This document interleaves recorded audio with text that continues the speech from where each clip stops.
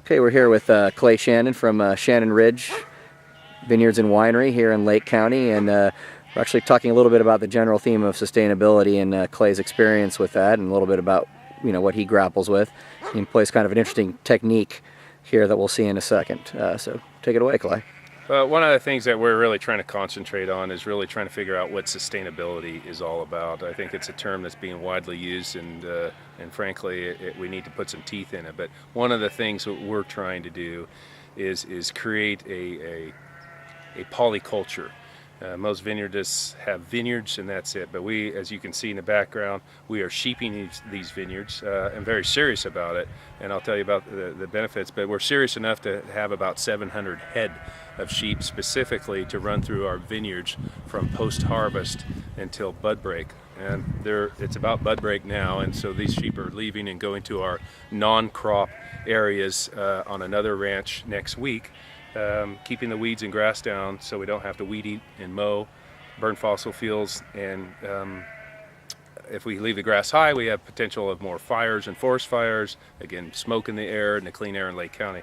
But some of the natural, what takes place with these sheep out here, the natural factory is they eat the grass and they provide fertilizer versus their input is grass and their output is poop and whatever, and you can say it. Okay, poop and pee, okay. And it's a natural. These are natural machines. I believe sheep have what they call a rumen, which is a multiple compartment stomach, and they naturally take grass and create nutritional nitrogen manure with it. And so we're fertilizing the vineyard naturally occurring. We're keeping the grass down. This is frost protection. This vineyard has not been mowed, where our other vineyards where we haven't sheeped have been mowed. So we're saving a mowing pass in the spring by sheeping the vineyards, and that is that's a $25 an acre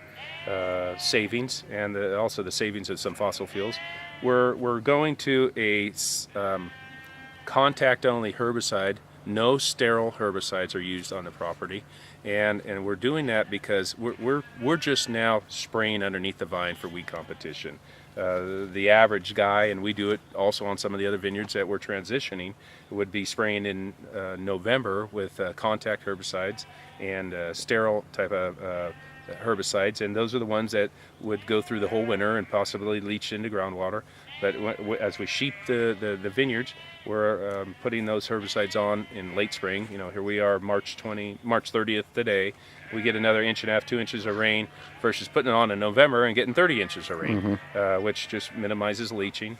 The other byproduct of sheep is meat, lamb, and wool. And so we are shearing on April 10th, and we are starting to market our wool. And we're also starting to do grass-fed lamb. And again, the sheep they'll feed for 4 to 5 months in the vineyards, and then in the non-crop areas the balance of the time. We try not to supplemental feed them.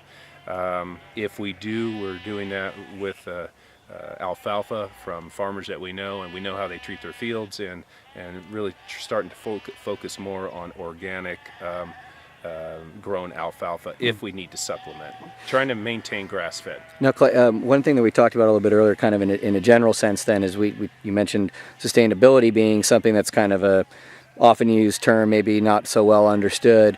And earlier you're saying like what it means to you on a basis, running a vineyard is a tricky thing, it's a resource-intensive thing. So earlier you touched on how by using the sheep, it saves you $25 an acre.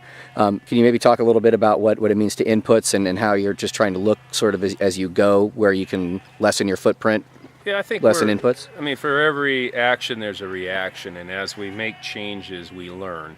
But sustainability to us, other than frankly, in this crazy world we're in, is staying in business, and keeping our employees and their families fed, and keeping our own families fed, and keeping our bills paid, which keeps other families fed.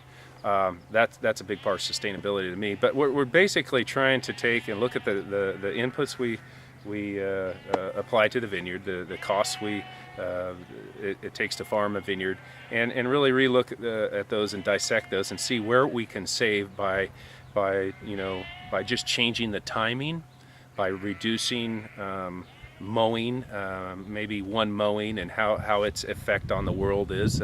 You eliminate a mowing and the diesel that's burned during that one pass of mowing, but you're also, in the big picture here, eliminating, wear and tear, and you're going to use less rubber. You're going to use, and all these things are, pretty soon, if everybody was doing this, how many less tractors, how much less fuel would we burn? It's not only the fuel that we're burning, it's also the how the tractor is built, and it's using fossil fuels to power the factory. So, we're not totally crazy and out there like this, but we're thinking about the steps we're doing. Fungicide-wise, grapevines, wine grapes get mildew. We have to protect them from mildew, otherwise the wine is bad and it can hurt the vine. We are doing that via natural occurring products for the most part, which I think you would say that you could call them organic. The sulfurs and coppers and the organic type of they would meet the organic requirements. So that's for our fungicide program. Weeds, we used to control them with systemic type of sterile herbicides. Now we're using Roundup only, contact herbicide only, late in the spring, which is where we are right now, and eliminating a compaction problem when they're done in November, eliminating costs of, again, it still goes back to the fossil fuels. Sheep in the vineyards. We are going to start to try and introduce the sheep into the summer months, and we have to really watch and learn so they don't damage the vines and the fruit and the clusters. Other sustainable things we're doing, as we were talking, is that we're eliminating some of our deer fences and taking down our borders that are 6 foot tall and creating some rock walls that look more natural and add to the beauty, and getting rid of a ugly rock pile and creating a rock wall. Over. What else do you want to talk about?